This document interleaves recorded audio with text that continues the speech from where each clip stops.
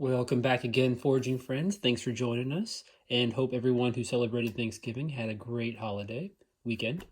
I thought today I would show you some of my Unchained decks. I got a total of 6 of these decks from the Keyforge celebration, and 2 of them I thought were kind of funny. I'll make it clear, I don't think that these are very good decks. They're not as strong as some Unchained decks I've seen, but I think they're funny in their own way.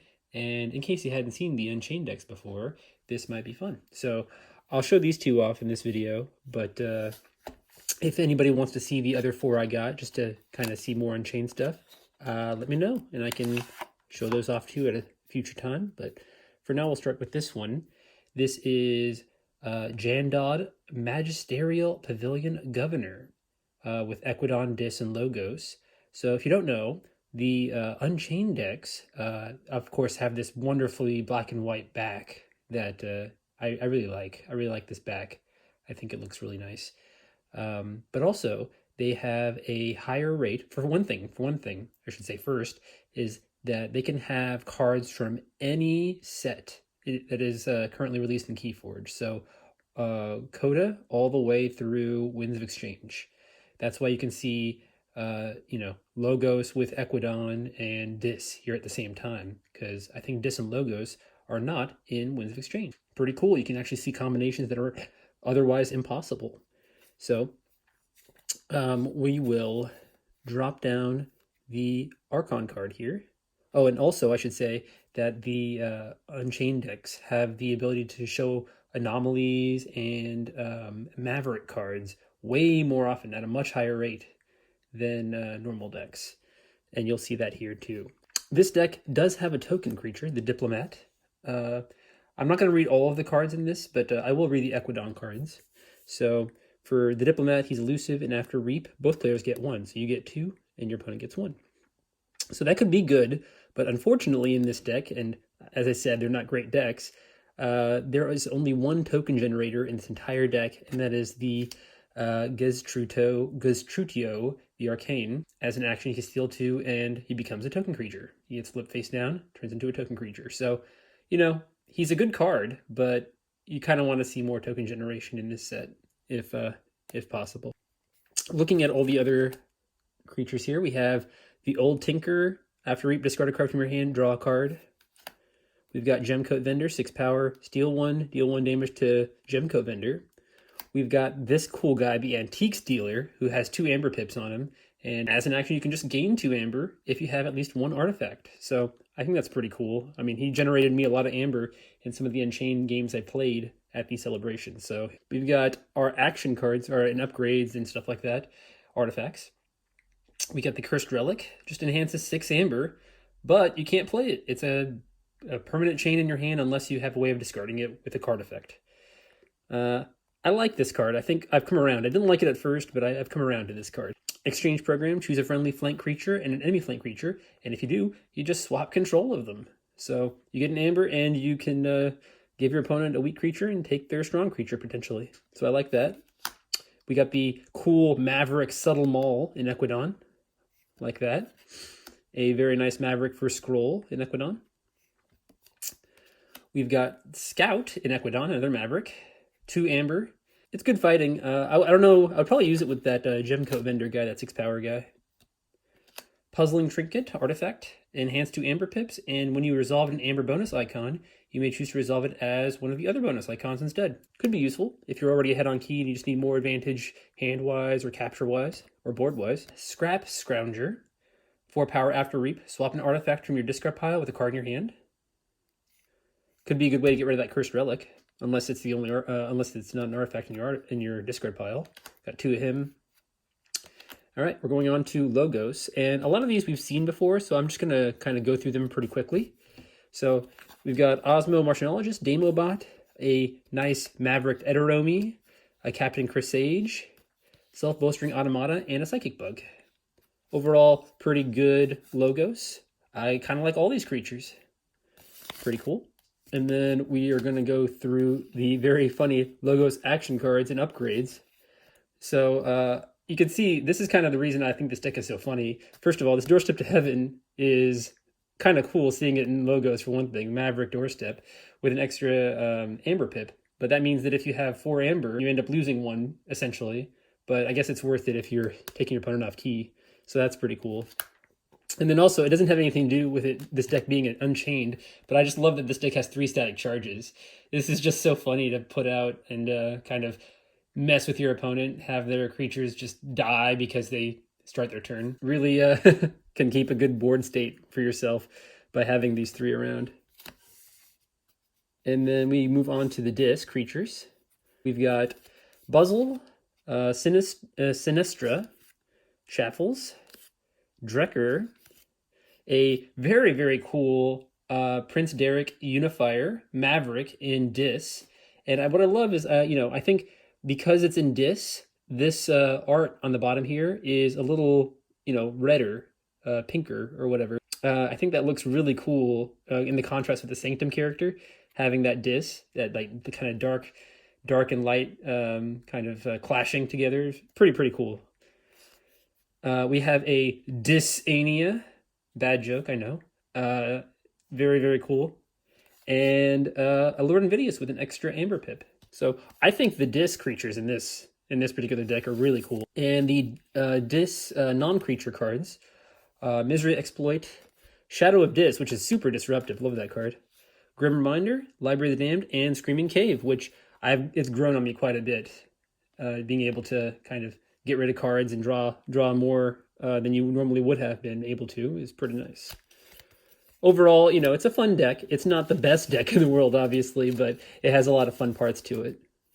For the second deck here, we've got, let's see, Eastany, the Astronomer of Elk Magna. This one's got Mars, Shadows, and Untamed. All right. And we can see it right away that this has got an anomaly. This is the only Unchained deck I got that has any anomalies. Anomalies from the past, from like Worlds Collide can show up, but also in Winds of Exchange, there are new anomalies that can potentially show up. I had friends that had other ones as well. But I love seeing Infomancer. He's kind of funny. And in this deck in particular, I think there are some really cool action cards that he can kind of synergize with. So we'll look at that.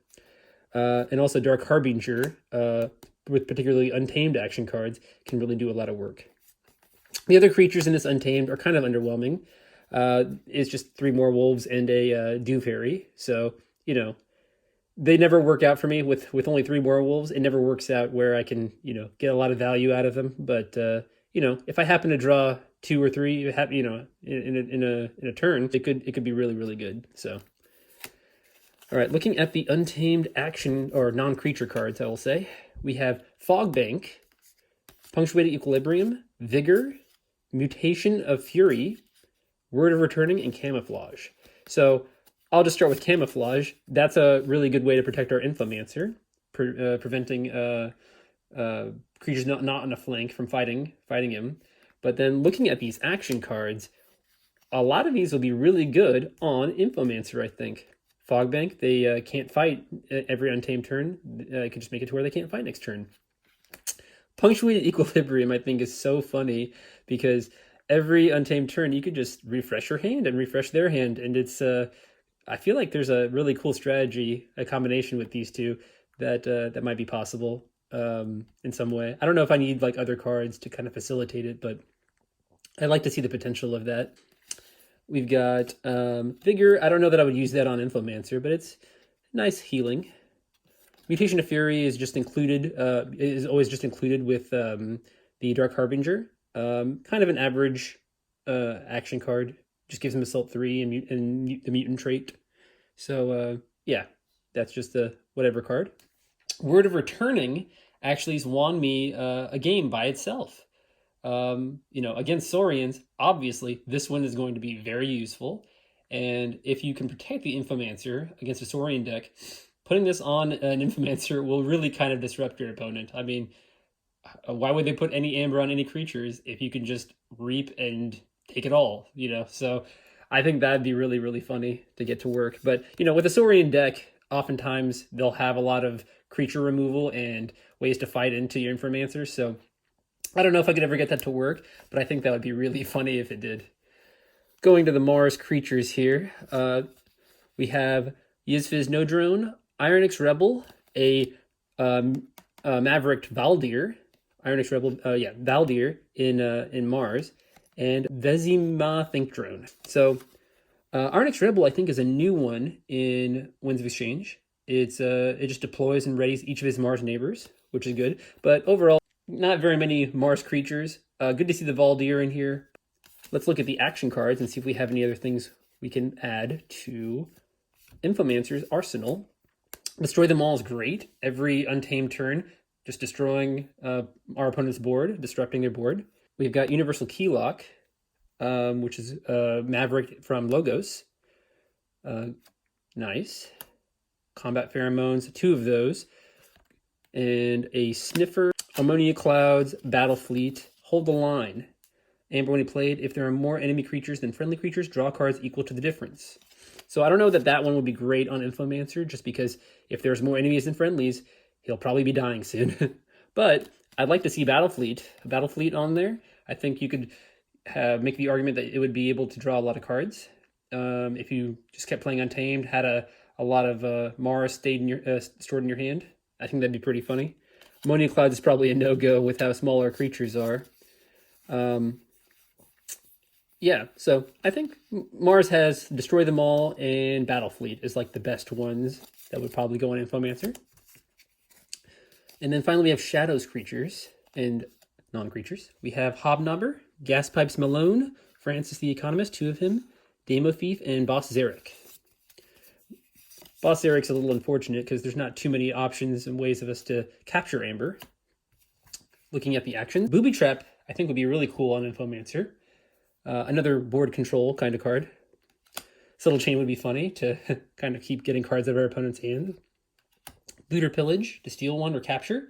This is our only way of capturing, so maybe we could do a combination with Boss Zarek and Infomancer with Looter Pillage to make that work. Ghostly End, Confused Minds, and Trust No One. So overall, a pretty good, I think a pretty average Shadows non-creature pool here. I'd say I probably wouldn't put Trust No One on Infomancer or Ghostly Hand. It'd probably be Looter Pillage or one of these 3. So overall, I think these are just interesting decks. Let me know if you guys want to see any more of these. And thank you for watching. Have a good day. Bye-bye.